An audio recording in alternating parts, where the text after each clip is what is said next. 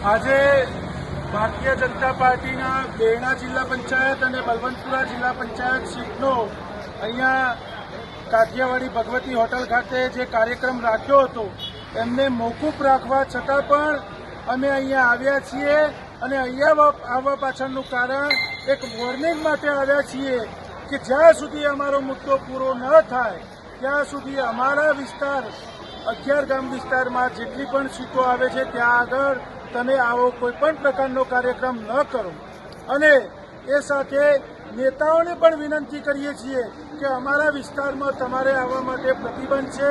હવે તો એકલા ભારતીય જનતા પાર્ટીના નહીં, જે પણ નેતાઓ અમને ખુલ્લી સમર્થન નહીં આપે એમને અમે પ્રવેશ આપવાના નથી।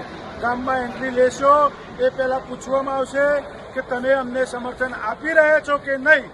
જો તમે અમારી સાથે નથી અને હુડાને સમર્થન આપી રહ્યા છો તો તમને અમારા ગામમાં આવવા માટે પ્રતિબંધ છે। એટલે ભવિષ્યમાં અમે આ આંદોલનને શાંતિપૂર્ણ રીતે ચલાવી રહ્યા છીએ, પણ તમે એમ ન સમજતા કે અમે શાંતિપૂર્ણ જ ચલાવવાના છીએ।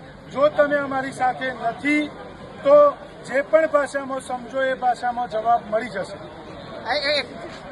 ભારતીય જનતા પાર્ટીનું બેરણા અને બલવંતપુરા સીટનું અહીંયા સ્નેહ મિલનનો જે કાર્યક્રમ રાખેલો હતો તો અમારા 11 ગામના હુડા લોકો આવી ગયા છે અને અમે એમને પરમાત્મા સદબુદ્ધિ મૂકે તે માટે અમારો રામધૂનનો પ્રોગ્રામ અહીંયા રાખેલો હતો, પણ એ લોકો અમારી ધાકથી અહીંયા પ્રોગ્રામ બંધ કરી અને સવારમાં રાજેન્દ્રનગર પ્રોગ્રામ 15 સીટોનો જાહેર કરી અને આજનો પ્રોગ્રામ અહીંયા બંધ રાખેલ છે।